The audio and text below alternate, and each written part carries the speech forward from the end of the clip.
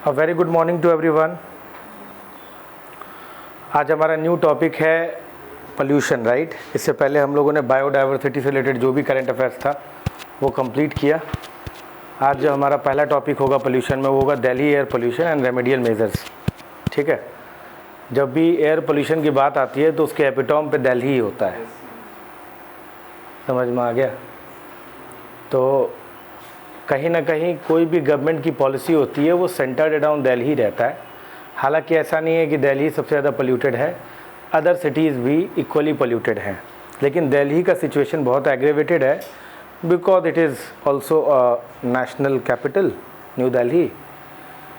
और at the same time जो policies होते हैं वो सेंटर्ड अराउंड इसी के होते हैं, जो कि पूरे ऑल ओवर इंडिया पर हम अप्लाई करने की कोशिश कर रहे होते हैं। ठीक है, तो जो हमारा पहला टॉपिक है वो है Delhi air pollution and the remedial measures. जो हमारा करंट अफेयर भी होगा वो इसी से रिलेटेड होगा। हम डायरेक्टली जंप नहीं कर सकते करंट अफेयर पे। उसका रीज़न है कि वो कंटिन्यूटी मेंटेन नहीं रहेगा, वो कंसेप्चुअल बिल्डिंग नहीं हो पाएगा। समझ में आ रहा है। और जो बच्चे पहली बार क्लास कर रहे होंगे उन्हें भी समझ में नहीं आएगा। तो पोल्यूशन का ये हमारा पहला क्लासेस से पहले बायोडाइवर्सिटी से रिलेटेड हमने 8 क्लासेस ऑलरेडी ले लिया है। ठीक है, ध्यान रखिएगा। चलिए तो स्टार्ट करते हैं। ठीक, सबसे पहली बात कि दिल्ली क्यों पोल्यूशन, दिल्ली इतना पोल्यूटेड क्यों है। यूपीएससी ने मेंस में 2015 में एक क्वेश्चन पूछा था कि दिल्ली कोलकाता और मुंबई के कंपैरिजन में इतना पोल्यूटेड क्यों है, जबकि कोलकाता और मुंबई भी मेट्रोपॉलिटन सिटीज़ हैं। हालांकि ये क्वेश्चन मेंस का था, लेकिन सेम क्वेश्चन प्रीलिम्स में भी पूछा जा सकता है और कई सारे इसके ऑप्शंस हो सकते हैं। ठीक है, तो हम आज इसी क्वेश्चन का आंसर ढूंढने की कोशिश करेंगे और एट द सेम टाइम हम जो है इसके रिमेडियल मेजर में जो जो करंट अफेयर्स रिलेटेड चीज़ें होंगी वो सभी चीज़ें हम लोग डील करेंगे।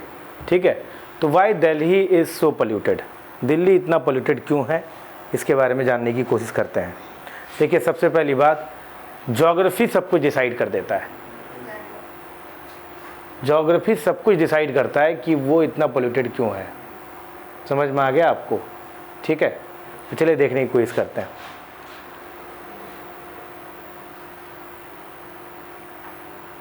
जरा दिल्ली को देखें। ठीक है, दिल्ली को देखें तो आपको थोड़ा समझ में आएगा।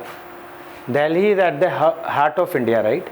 जहाँ पे दिल होता है किसी भी इंसान का, तो भारत को अगर हम लोग एक फिज़िकल फॉर्म देने की कोशिश करें तो वो हार्ट में आपको दिखाई देता हुआ प्रतीत होगा। अब ज़रा दिल्ली को देखिए। दिल्ली के नदर्न पार्ट में आपको हिमालयाज़ नज़र आएगा।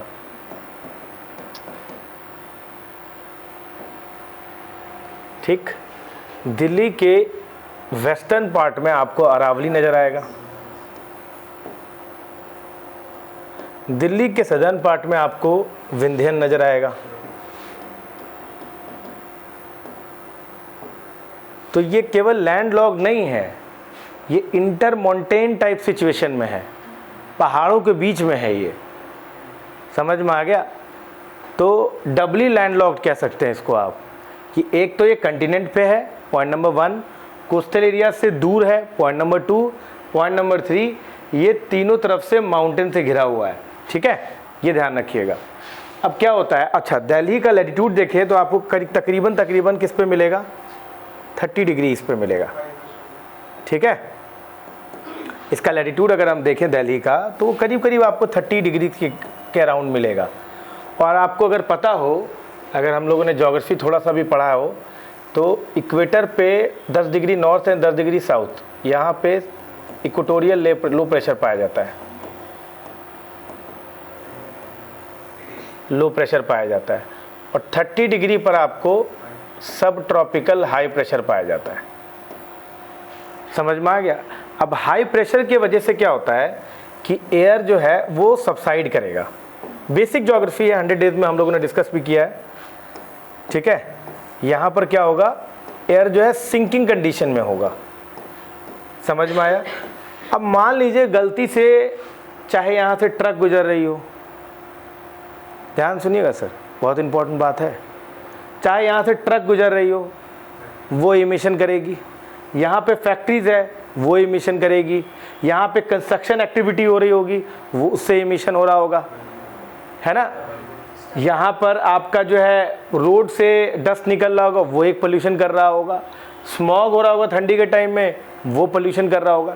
अब प्रॉब्लम क्या है कि ये सब जगह है, दिल्ली में भी है, कोलकाता में भी है, पर दिल्ली और कोलकाता के साथ एक ब्यूटी ये है कि दोनों कोस्टल सिटीज़ हैं, कोस्ट के पास है। कोलकाता थोड़ा उतना पास नहीं है, पर मुंबई, सॉरी मैंने दिल्ली बोल दिया, मुंबई और कोलकाता में, मुंबई और कोलकाता दोनों कोस्टल सिटीज़ हैं। अगर आप कोलकाता देखें तो very close to Bay of Bengal है, हुगली रिवर है वहाँ पे, और अगर आप मुंबई देखें तो मुंबई जो है वो सी में ही है, समझ लो, समझ में आ गया आपको, तो वो भी एक कोस्टल सिटी है। तो उसके वजह से क्या होता है कि रेगुलर वॉशिंग हो रहा होता है because of the land and sea bridges. अगर आप देखें, अगर ये कोस्टल एरिया है, थोड़ा सा मैं इसको ठीक से बना देता हूँ ताकि आप समझ पाएँ, ठीक है। अगर आप देखें कि मान लेते हैं मुंबई का एग्जांपल ले लेते हैं, ठीक है, तो मान लीजिए ये सी है और ये कॉन्टिनेंट है, ये मान लेते हैं मुंबई है, ठीक। अब देखो क्या होगा कि जब ये डे टाइम चल रहा होगा यहाँ पर, तो डे टाइम चलने की वजह से क्या हो रहा होगा कि गर्मी जो है वो आपको पता है कॉन्टिनेंट बहुत जल्दी गर्म होता है और जो सी होता है वो इतनी जल्दी गर्म नहीं होता है। तो जल्दी गर्म होने की वजह से यहाँ पे लो प्रेशर आ जाएगा, यहाँ पे हाई प्रेशर आ जाएगा। इसके वजह से क्या होगा, हवा ऊपर उठेगी और ये नीचे जाएंगे, और उसके बाद यहाँ पर क्या होगा, जो सी से लैंड की तरफ जो है हवा बहेगी जो कि ऊपर उठेगी, तो जिसकी वजह से बरसात होगा। तो क्या होता है, रेगुलर वॉशिंग ऑफ एयर हो रहा होता है, इसको हम लोग सी ब्रीज कहते हैं। तो रेगुलर वॉशिंग हो रहा है, same is true with the Kolkata also, समझ में। लेकिन जो प्रॉब्लम है दिल्ली के साथ, वो ये फेनोमेना दिल्ली के साथ नहीं हो रहा है। रेगुलर जो फ्लशिंग ऑफ एयर जो होता है वो नहीं हो रहा होता है। उल्टा चूंकि इसका लैटिट्यूडनल लोकेशन 30 डिग्री है, इसीलिए यहाँ पर हमेशा सिंकिंग कंडीशन होता है। क्यों? क्योंकि यहाँ पर सब ट्रॉपिकल हाई प्रेशर है। हाई प्रेशर का मतलब हवा नीचे की तरफ दबाव कर रही है। तो जो भी पोल्यूशन आया, whether it is because of the truck, whether it is because of the industries, whether it is because of the construction activities, where any other activities, जो भी pollution आएगा वो क्या हो जाएगा, यहाँ पे क्या हो जाएगा, वो इंट्रैप हो जाएगा और वो यहीं रह जाएगा। स्टबल बर्निंग कर रहोगे वो भी यहाँ से घूम के देखो, स्टबल बर्निंग से आ रहा है यहाँ पे। आप अगर कोई पराली जला रहे होगे उससे भी धुआं यहाँ पे आ जाएगा। अब वो यहाँ आना प्रॉब्लम नहीं है, प्रॉब्लम यही है कि यहीं पे बस जाएगा, जम जाएगा, प्रेसिपिटेशन हो जाएगा यहाँ पर। तो दिल्ली में कोई फ्लशिंग एक्टिविटी हो ही नहीं रहा है। उल्टा चूंकि ये एक नेशनल कैपिटल रीजन है, एनसीआर है, आसपास में इंडस्ट्रीज और भी यहाँ पर पोल्यूशन हो रहा है, तो इसके वजह से फैक्ट्रीज भी बहुत ज़्यादा है, इकोनॉमिक एक्टिविटीज़ भी बहुत ज़्यादा है, इसके वजह से पोल्यूशन और दिन पे दिन बढ़ता जा रहा है यहाँ पे। सबसे बड़ी दिल्ली के साथ यही प्रॉब्लम है, समझ में आ रहा है। यही, हालांकि बहुत अदर फैक्टर्स हैं, पर ये सबसे बड़ा फैक्टर है। अगर यही काम, सेम चीज़, same industries, same agriculture activities, same transportation activities, same transportation की वजह से इमिशन, सब कुछ मुंबई में भी हो रहा है, कोलकाता में भी हो रहा है, लेकिन कोलकाता और मुंबई में रेगुलर फ्लशिंग होता है, यहाँ पर रेगुलर फ्लशिंग नहीं हो रहा है because of the latitudinal location and at the same time landlocked position of the Delhi. सबसे बड़ी दिक्कत दिल्ली के साथ यही है, समझ में आ रहा है आपको। ये सबसे बड़ा कारण है दिल्ली को पोल्यूट होने का। अगर दिल्ली यही सेम एक्टिविटीज़ के साथ अगर वो कोस्टल लोकेशन में होता, वो चेन्नई होता, या फिर जैसे चेन्नई है, या फिर जैसे मुंबई है या कोलकाता है, तो इतना पोल्यूट नहीं होता, इतना सिचुएशन एग्रेवेटेड नहीं होता जितना ज़्यादा यहाँ पर है। Are you getting my point? क्या कहने की कोशिश कर रहा हूँ मैं, समझ में आ गया? तो यहाँ देखिए इन्होंने रीजंस बताए हैं कुछ, ठीक। ये मैंने गवर्नमेंट ऑथेंटिकेटेड सोर्स से लिया है।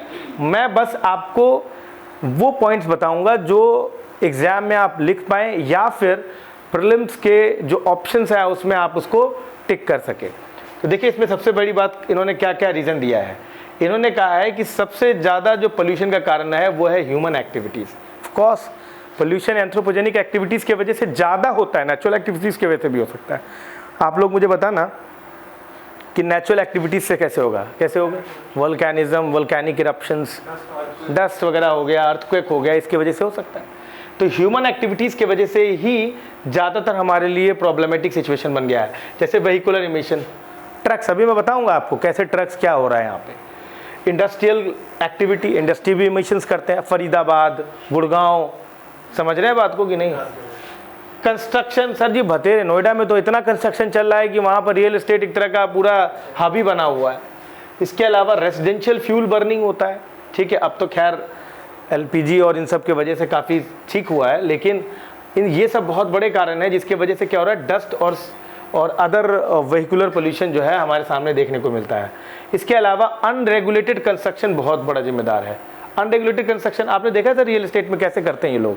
अच्छा, उसका मलबा होता है, वो क्या करते हैं, कवर भी नहीं करते, पानी भी नहीं डालते, जिसका डस्ट पूरे एरिया में फैल रहा होता है।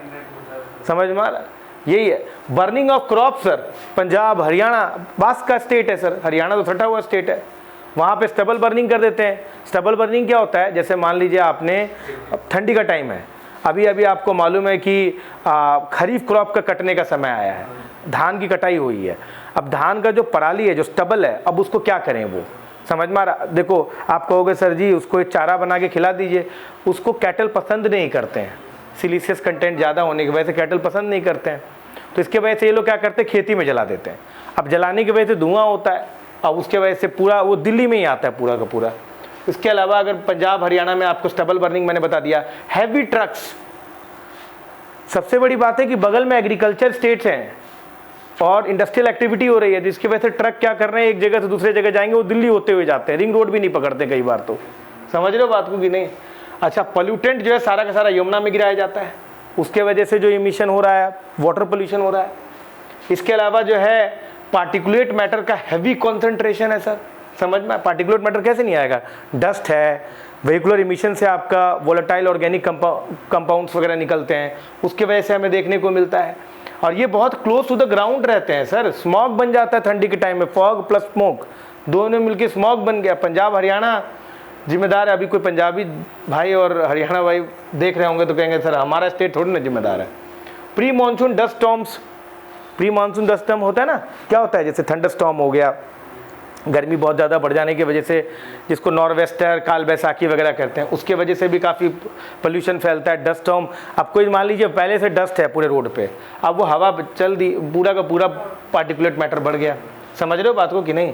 तो ये ध्यान है कि म्युनिसिपल सॉलिड वेस्ट, आप तो पता ही है सर कि हमारे यहाँ तो हम लोग को लगता है कि हमने अपने यहाँ से पॉलीथीन के डब्बे को कचरे में डाल दिया तो मतलब वो गया काम से। सर जी वो कहीं ना कहीं जाकर इकट्ठा होता है, जिसकी वजह से पोल्यूशन पहाड़ बन जाता है। देखना हो तो कहाँ है, दिल्ली में गाजीपुर, बुराड़ी, ये सब बहुत फेमस जगह है, ठीक है, जहाँ पर ये काम होता है। देखिए सर ये ट्रक, आप सिटीज़ देखिए सर, यहाँ पे आप सिटीज़ देखिए सर, ये रहा गाजियाबाद, नोएडा, फरीदाबाद, गुड़गांव और इधर से हरियाणा पंजाब चल रहा है सर। अब सारे ट्रक क्या होंगे सर,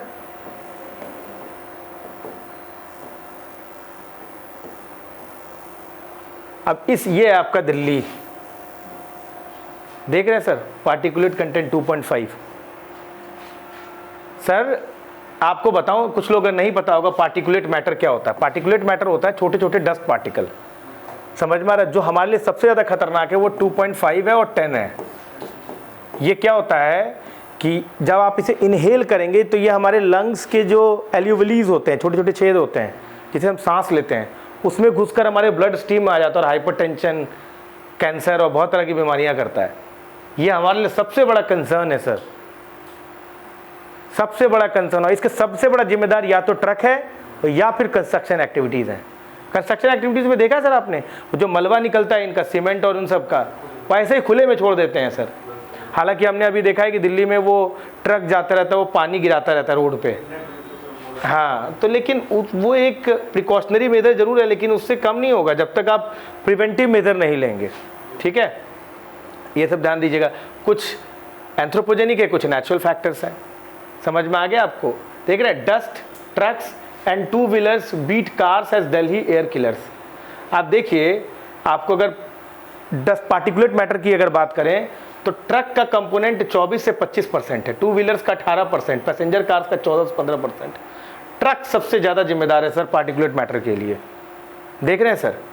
इसके बाद थर्मल पावर प्लांट्स, वो कम नहीं है, बदरपुर वाले है ना, एनटीपीसी का वहाँ पर है, ये ध्यान रखिएगा सर। समझ रहे बात को, देख रहे हैं। Overall based on Delhi NCR transport sector is the largest emitter of 2 PM 2.5 particles, समझ रहे, 17.9%, 39.2% है ना। और रोड डस्ट जो होता है वो लार्जेस्ट कंट्रीब्यूटर ऑफ PM10 है।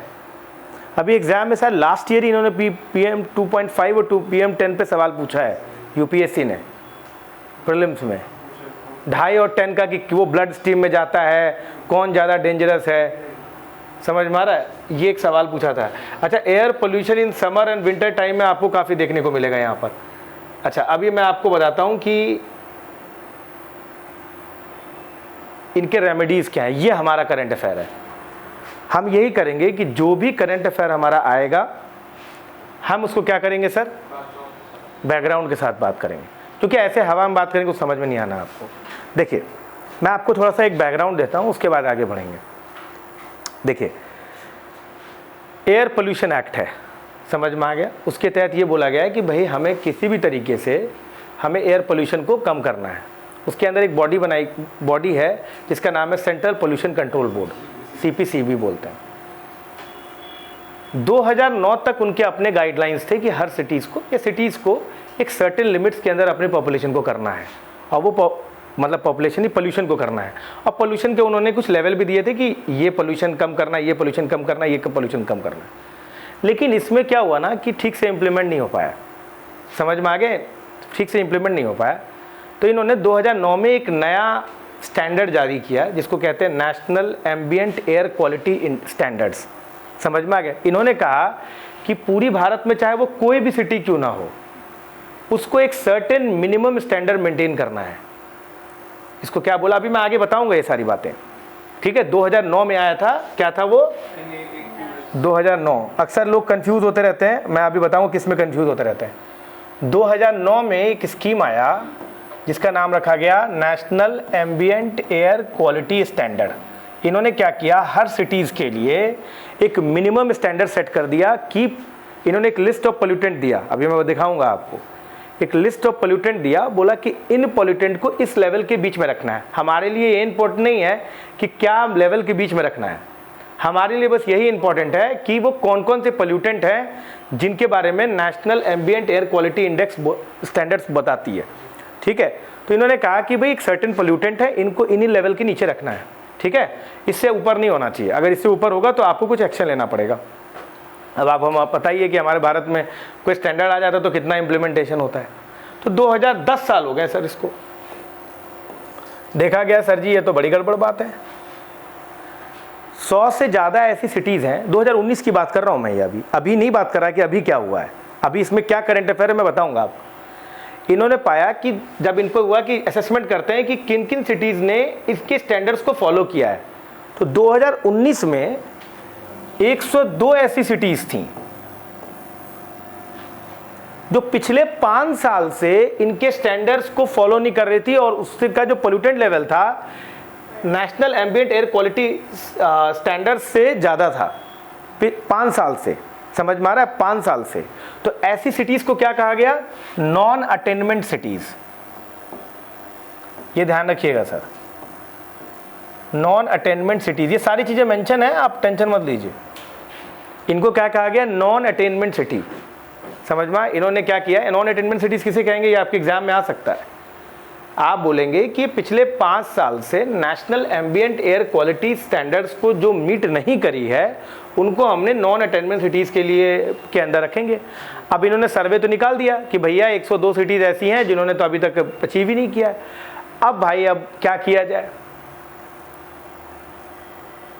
अब क्या किया जाए, तो इसके लिए एक इनिशिएटिव स्टार्ट किया गया 2019 में। उस इनिशिएटिव का नाम था national clean air programme, NCAP नाम रखा गया, नेशनल क्लीन एयर प्रोग्राम। और ये बहुत कम लोग जानते हैं, लोग ये समझते हैं कि नेशनल क्लीन एयर प्रोग्राम जो था वो 2019 में लाया गया, ये ऑल टुगेदर न्यू स्कीम है। जी नहीं, ये अपने ध्यान में मतलब दिमाग में मत रखिएगा। ये बेसिकली इसका मेन एम ही यही है कि national ambient air quality standards को नॉन अटेनमेंट सिटीज़ कैसे मीट करेगी, उसके लिए क्या क्या इनिशिएटिव लेना है, वो इसका काम है। देखिए इसका गोल पढ़िए आप, to meet annual average ambient air quality standards, इसका गोल ही यही है। ये है किसके लिए, ये किसके लिए है, सिटीज टू बी कवर्ड 102। ये 102 सिटीज कौन है, जो नॉन अटेनमेंट वाले हैं। आप एक काम करिएगा, आप अपने किसी भी दोस्त से जो यूपीएससी प्रिपरेशन कर रहे हैं उनसे पूछिएगा कि भैया काहे 102 लिए हो। हालांकि ये बढ़कर 131 हो गया है। मैं अभी यही बताने की कोशिश करूंगा अभी थोड़ी देर बाद। अभी पिछले 3-4 सालों में ये और सिटीज इसमें जुड़ी हैं। आप पूछिएगा कि भैया जब already national ambient air quality standard था तो ये प्रोग्राम क्या है, और 102 सिटीज़ को ही क्यों मीट करने की बात हुई है, और सिटीज़ क्यों नहीं मीट किया आपने, नहीं समझे। ये हमें भी नहीं मालूम था, हमने भी बहुत सर्च मारा इधर उधर करके कि भाई 102 सिटीज़ काहे लिया आपने, 100 ले लेते। जैसे हमारे यहाँ है ना 100, 500, 101 शुभ माना जाता है, 100 ले लेते। समझ रहे बात को। पर 102 क्यों लिया, ये 102 उस समय के हिसाब से नॉन अटेनमेंट सिटीज़ थे। समझ में आ गया आपको। अच्छा, उस समय का टारगेट ये था कि 2024 तक 20 से 30% हमको जो है 2017 को बेस ईयर मानना है। ध्यान सुनना, 2017 का बेस ईयर का मतलब क्या हुआ, बेस ईयर का मतलब कि उस समय में क्या पोल्यूशन लेवल था उसको माना हमने। अब बोला कि 2017 के बेस लेवल से 20 से 30% हमको पोल्यूशन कम करना है। हालांकि ये पार्टिकुलेट मैटर की ही ज़्यादातर बात करते हैं, तो इन्होंने कहा कि 20 से 30% 2024, और 2024 तो अगले साल ही है, और 20 से 30% तो कम हुआ नहीं है।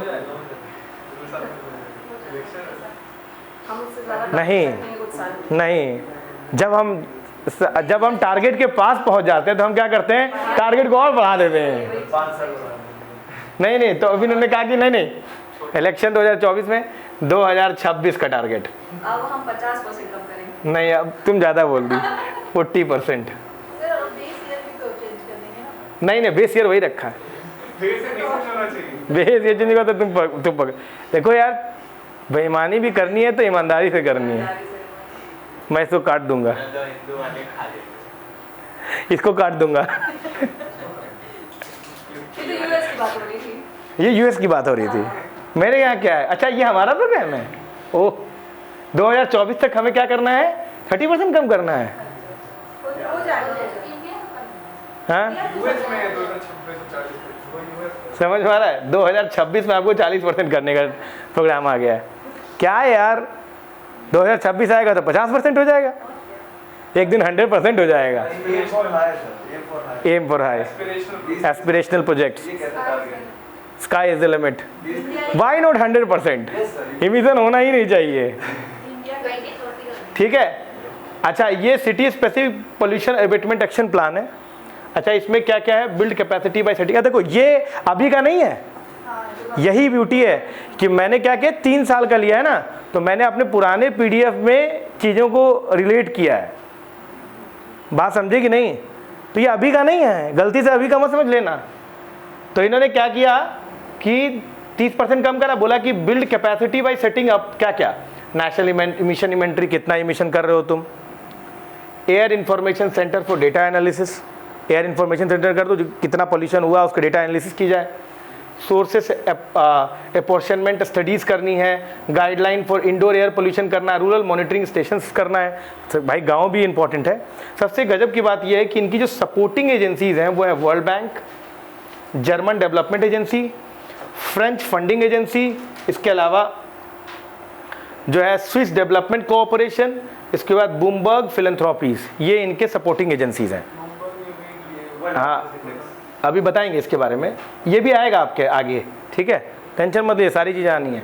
अच्छा सुनिए, ये हो गया सर, है। अब ये हमारे पिछले 2019 तक था, ठीक। अब देखिए हमारे क्या हुआ। अब कहा कि भाई ये तो गड़बड़ है। अब कहा गया क्या कि the centre has set a new target of 40% reduction in particulate matter concentration in cities covered under the national clean air programme by 2026, updating the earlier goal of 20 to 30% reduction by 2024। See the aspiration of the सरकार।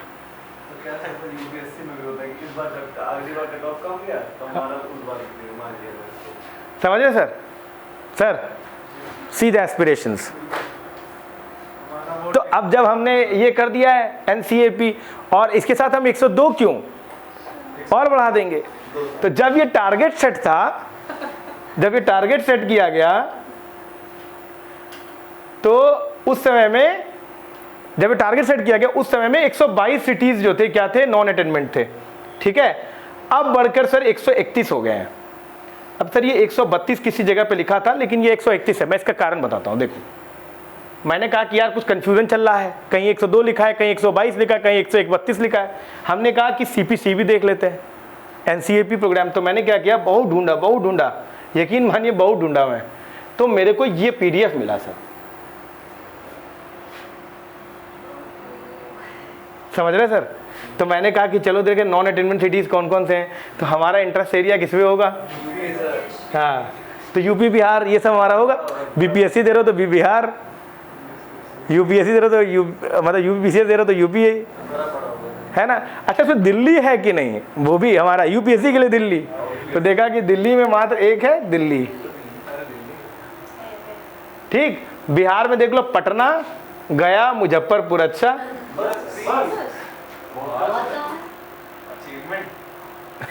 उत्ते जब Patna non attainment cities है तो बाकी cities का क्या हाल हो रहा है वो सोचो। Patna is the Singapore of Bihar, right.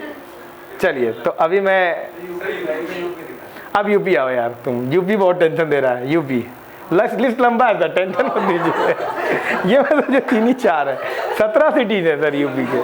और सर मुझे लगता है कि ये 17 सिटीज नहीं है, ये एक्चुअली सारी सिटीज के नाम है। चलिए सर शुरू करते हैं। सर एक मिनट, आराम से, होले होले। सर आगरा, इलाहाबाद, अनपरा सिटी भी है क्या ये? बरेली, फिरोज, इलाहाबाद में प्रयागराज, सॉरी शक्तिमान, फिरोजाबाद, हाँ फिरोजाबाद, ये तो वो सब भी होता है ना फिरोजाबाद में। अच्छा, और देखो सर, गजरौला ये सिटी है, अच्छा होगा। गाजियाबाद, झांसी, कानपुर, खुर्जा, प्लांट भी है ना, पावर प्लांट भी है ना खुर्जा में। अच्छा, मुरादाबाद, नोएडा, रायबरेली, बनारस, गोरखपुर, मेरठ। सर और कोई सिटी बच गया है? वो एस्टिक पता नहीं क्यों बोले कि median plus city but not part of the non attainment cities. मैं ये नहीं मानूंगा। इन्होंने 131 पहले लिखा है, फिर बोल रहे हैं कि मिलियन प्लस सिटीज है, पर ये पार्ट नहीं है इसके, है ना। तो अब ये बनी, ये है इसमें लिस्ट में है।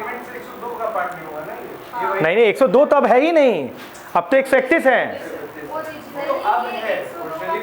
ओरिजिनली नहीं होंगे, नहीं तो फिर इसमें घटाओगे तो 102 नहीं होगा। 7 ही 8 सिटी में स्टार लगा हुआ है। नहीं, बस ये लेटेस्ट है, अभी लेटेस्ट मैं उठाया हूँ, कुछ दिन पहले का है। बिल्कुल अभी का मैं लेकर निकाला हूँ CPCB से, अभी का, ये 2022 में किया गया है। देखो west, she is interested in West Bengal, she is interested in West Bengal. Oh you guys are wasting time. West Bengal, Kolkata, Asansol, Barrackpore, Durgapur, Haldia, Howrah. बचा क्या इसमें? समझ में आया सर?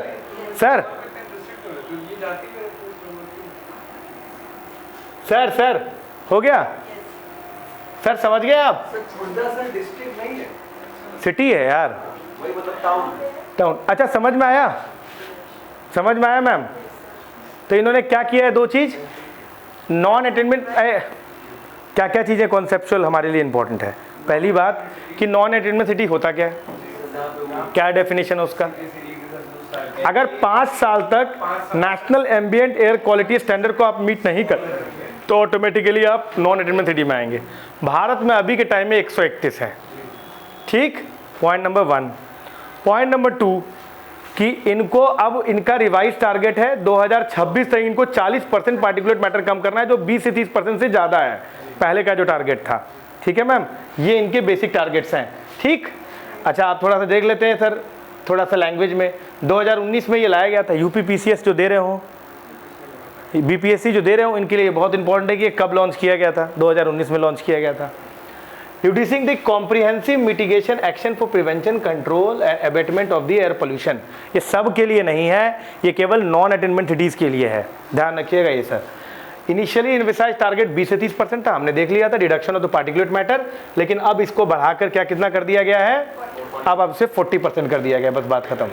अच्छा, ये सिटी स्पेसिफिक एक्शन प्लान बनाता है, ठीक है, which include measures of strengthening the air pollution monitoring network. Sir ji, अगर आप एयर पोल्यूशन मॉनिटरिंग नहीं करेंगे तो पोल्यूशन कैसे कम करेंगे, डेटा कहाँ से निकालेंगे, उसके एनालिसिस कैसे करेंगे, कैसे पोल्यूशन कम करेंगे, आप समझ में आ गया आपको। Reducing vehicular and industrial emissions, increasing public awareness, लोगों को बताइए भी क्या करना है क्या नहीं करना। इम्प्लीमेंटेशन ऑफ जो है 132 सिटीज लिखा हुआ है यहाँ पर, अगेन 131 होगा, ठीक है, 123 यहाँ लिखा हुआ है नॉन अटेंडेंट सिटीज, ये भी गलत है, 131 होगा। अच्छा, ये क्या है 123 पता है कौन सा है, वो जो स्टार हटा दोगे ना तो उसमें 8 स्टार लगे हुए हैं, तो 131 में अगर आप 8 हटा देंगे तो 123 हो जाएगा, तो उस हिसाब से 17 नहीं 16 सिटीज यूपी में हो जाएंगे। कौन सा कौन सा सर 102 से शुरू में 102 भूल जाओ ना, 123 से ये तो हो गए, वो 102 भूल जाओ, वो और ऐड किए गए हैं नए नए, तो वो नए ना हमको याद नहीं करना, हमें याद करना है कि एग्जिस्टिंग सिटीज कौन कौन से हैं। तो उसमें हमारे पास 131 का लिस्ट मिला था, उसमें 8 पे स्टार मला दिया हुआ था, ठीक है। अब वो क्यों दिया है स्टार मालूम नहीं, 8 स्टार था, अगर आप उसको घटाएंगे तो 100 कितना मिलेगा, 123 मिलेगा, जो 123 नॉन अटेंडेंट सिटीज यहाँ लिखा हुआ है, तो कहीं पर 123 लिखा है, कहीं पर 131 लिखा हुआ है। अब आप देख लीजिए कैसे क्या करना है, मतलब अगर 123 आए तो भी करेक्ट कर देना, 131 आए तो भी करेक्ट मार देना, समझ में आ गया कि नहीं। इन्होंने क्या किया होगा कि कुछ नॉन अटेंडेंट सिटीज नहीं होंगे मिलियन प्लस सिटीज में, तो उनको इन्होंने क्या कर दिया, वो 8 सिटीज हैं तो उनको हटा दिया, बोला है कि 123 जो है वो नॉन अटेंडेंट सिटीज हैं। 131 मिलियन प्लस सिटीज होंगे, ठीक, उसमें 8 ऐसे होंगे जिनको नॉन अटेंडेंट सिटीज में नहीं रखा गया होगा, सिर्फ पूरे इंडिया में 8 ही ऐसे सिटीज हैं, वहां पे स्टार उसी पे मारा गया है, ठीक है। तो इसमें टोटल आपको अगर देखें तो 123 आएगा आपका वैल्यू, समझ रहे बात हो कि नहीं, आप बात समझ रहे हैं कि नहीं। लेकिन मैं आपसे फिर भी रिक्वेस्ट करूंगा कि अगर आपके पास 123 लिखा हो तो भी टिक मारे, 131 लिखा हो तो भी टिक मारे, समझ मारे, ध्यान रखिए, ये ध्यान रखिएगा, ठीक। अब आओ, अब national ambient air quality standard, हमने कहा बेस तो यही है मैम, इसी को तो मीट कराने के लिए वो प्रोग्राम लाया गया है, यानी कि यही चीज को इंप्लीमेंट करने के लिए जो सिटीज नहीं इंप्लीमेंट करी हैं उनको, उनके लिए नेशनल क्लीन एयर प्रोग्राम है। ये बहुत कंफ्यूजन था और इस पर कोई क्लैरिफिकेशन नहीं है कि ये दोनों स्कीम है क्या। तो मेन स्कीम हमारा यही है, इसी में जो सिटीज इंप्लीमेंट नहीं कर पाई इन स्टैंडर्ड्स को उनके लिए एनसीएपी लाएगा कि भैया आप तुम इंप्लीमेंट करो। अभी देखो यहाँ पर क्या लिखा हुआ है, देखो इधर क्या लिखा हुआ है कि इसका काम क्या था, दी मैंडेट प्रोवाइडेड सीपीसीबी ने एयर पोल्यूशन प्रिवेंशन प्रोग्राम के तहत इंपावर किया गया कि वो सेट स्टैंडर्ड के लिए quality of air pollution act के तहत सीपीसीबी को ये पावर है कि वो स्टैंडर्ड सेट करे। उसने स्टैंडर्ड सेट करा भी, पहले भी सेट कर रखा था, 2009 से पहले भी सेट था, देख रहे हो। Hence the current national ambient air quality standard जो था वो 2009 में किया गया था, इससे पहले भी था, सबसे पहले 1998 में ही स्टैंडर्ड से 1994 में किया गया, 1998 में रिवाइज किया गया, लेकिन 2009 में ये पहली बार ये लाया गया था national air quality standard. Clear है ये सर? इससे पहले 94 में भी लाया गया था, जिसको अमेंड किया गया 1998 में, लेकिन इसको कैंसिल कर दिया गया। 2009 में एक फ्रेश स्टैंडर्ड लाया गया जिसमें हर सिटीज के लिए, इसमें हर सिटी इंक्लूडेड नहीं था। अब जो ये नेशनल एयर क्वालिटी स्टैंडर्ड है जो 2009 में लाया गया, उसमें हर सिटीज के लिए क्या किया गया कि हर सिटीज के लिए बेयर मिनिमम पोल्यूशन क्राइटेरिया आपको मेंटेन करना पड़ेगा, हर सिटी के लिए किया गया। उसमें जिन सिटीज ने मीट नहीं किया उन्हें नॉन अटेनमेंट सिटीज कहते हैं, ये बात ध्यान रखिएगा, समझ में आ गया। तो 2009 में जो standard further lower the maximum permissible limit कर दिया गया और उसको कहा गया कि वो सभी सिटीज पर अप्लाई होगा, समझ में आ गया। इनमें जिन्होंने फॉलो नहीं किया उनको नॉन अटेनमेंट सिटीज कहा गया। तो अब उनका क्या क्या पोल्यूटेंट कवर्ड है वो देख लीजिए सर। सिटीज सर कौन कौन से पोल्यूटेंट इसके अंदर कवर्ड है सर? सबसे पहला है पोल्यूटेंट कवर्ड में, सबसे पहले है सल्फर डाइऑक्साइड। याद रखिएगा सर, यह आपके एग्जाम में आएगा। अच्छा, मॉनिटरिंग भी जो नेशनल क्लीन एयर प्रोग्राम कर रहा होगा वो इन्हीं पोल्यूटेंट्स पे कर रहा होगा। अच्छा, क्या क्या है? Nitrogen dioxide, particulate matter 10, particulate matter 2.5, ozone. Ozone क्या है? फोटोकेमिकल स्मॉग से निकलता है। सरफेस ओजोन जो होता है वो पोल्यूटेंट होता है। कार्बन मोनोऑक्साइड, कार्बन डाइऑक्साइड नहीं है, ये देख लो ना, कार्बन मोनोऑक्साइड है, अमोनिया है, समझ में आ गया। और कुछ ऐसे पोल्यूटेंट जिनका नाम आपने कभी नहीं सुना होगा, मतलब सुना होगा कम सुना होगा। लेड है, बेंजीम है, बेंजोपायरीन है, आर्सेनिक है, निकल है। तो टोटल कितने हो गए? 1 2 3 4 5 6 7 8 9 10 11 12, टोटल 12 हैं। मीथेन भी नहीं है, कार्बन डाइऑक्साइड भी नहीं है। तो आपको रटना क्या है? कार्बन डाइऑक्साइड इसमें नहीं है और मीथेन नहीं है, ये सब नहीं है। ये तो ग्रीन हाउस गैसेस है ना, समझ में आ गया आपको? मैम क्लियर है ये चीज़?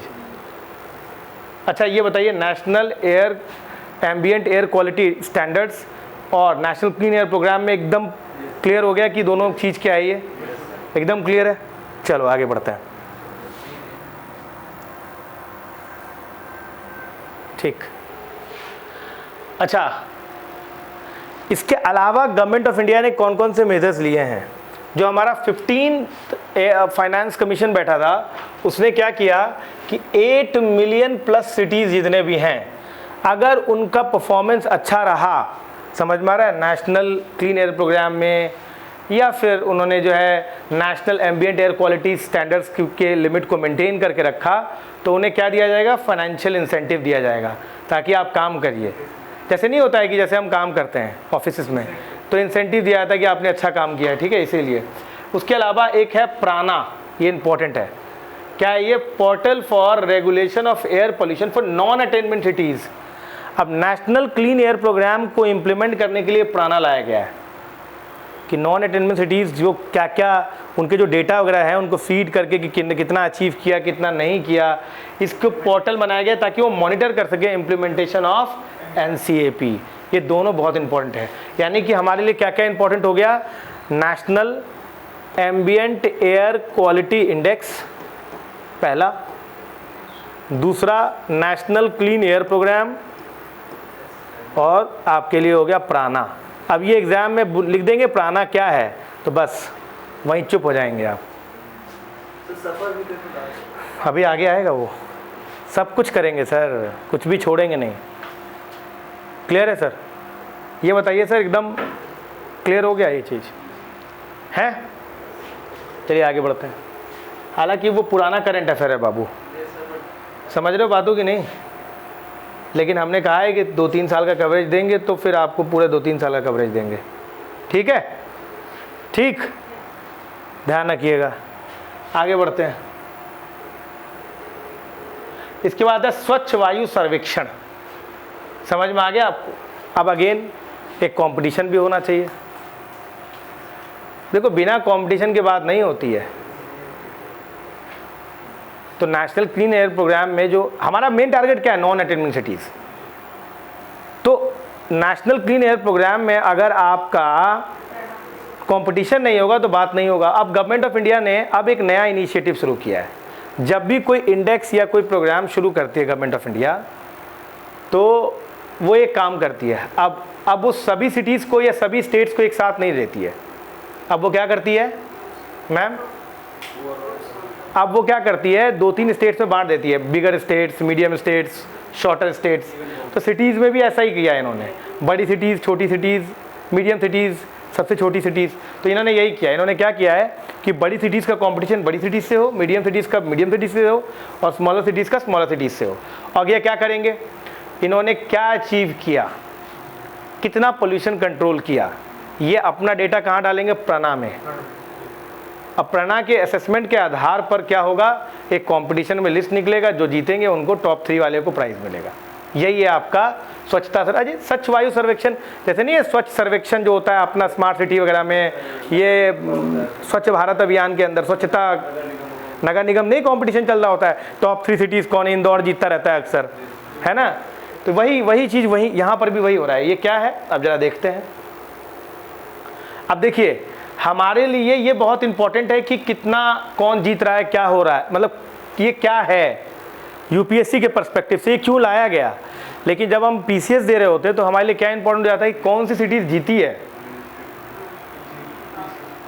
कौन सिटी जीती है, वो करंट अफेयर जाता है, वो एकदम पिकुलियर करंट अफेयर पे जाते हैं। ये हो सकता है पूछ ले कि कौन सिटी जीती है, लेकिन इनके लिए वो बड़ा हेडेक नहीं है। इनके लिए हेडेक क्या है, क्या है ये प्रोग्राम, क्या है, क्यों लाया गया है। अब अगले वाले को ये नहीं पता होगा कि ये जो है एनसीएपी को इम्प्लीमेंट करने के लिए लाया गया है।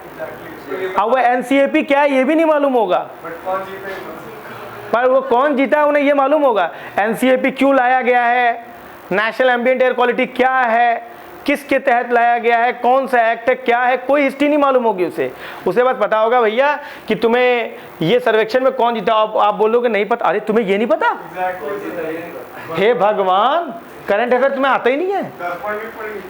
हाँ, तो स्वच्छ वायु सर्वेक्षण क्या है, ministry of environment forest and climate change ने स्वच्छ वायु सर्वेक्षण अंडर एनसीएपी। लेकिन एक बात और बता दे रहा हूं मैं, अब ये जो पीसीएस वाले ना इन्होंने भी अपने स्टैंडर्ड को चेंज किया है। अब आप ये नहीं कह सकते सर कि ये पूरी फैक्चुअल उस टाइप के पूछने लगे हैं। अब ये लोग भी जो है ना 1 2 2 3 1 2 3 करने लगे हैं यूपीएससी की तरह। तो अब आप ये मत समझिएगा रटे घटना चक्र और आपका निकल गया है यूपी पीसीएस या बीपीएससी, ये आपकी भूल है बहुत बड़ा। अब तो सभी ने निगेटिव मार्किंग भी इंट्रोड्यूस कर दिया है, तो अब तुक्का भी नहीं मार सकते वहाँ पर, ठीक है। तो ये देखो क्या है, ministry of environment forest and climate change के तहत स्वच्छ वायु सर्वेक्षण अंडर एनसीएपी, देख रहे हो एनसीएपी का ही ये सर्वेक्षण है। इसमें क्या किया गया 131, देखो अब यहाँ 131 है, वही तो सिरदर्द है सर। इन्होंने 131 सिटीज नाम रख दिया है। अब उसमें क्या क्लासिफिकेशन हो छोड़ दीजिए आप 131 याद रखिए, और अगर आपसे बहुत पिकुलियर अगर 123 बोल दे तो भी आप सही मार दीजिएगा, पर 131 इनका टारगेट एरिया है, वो 131 सिटीज।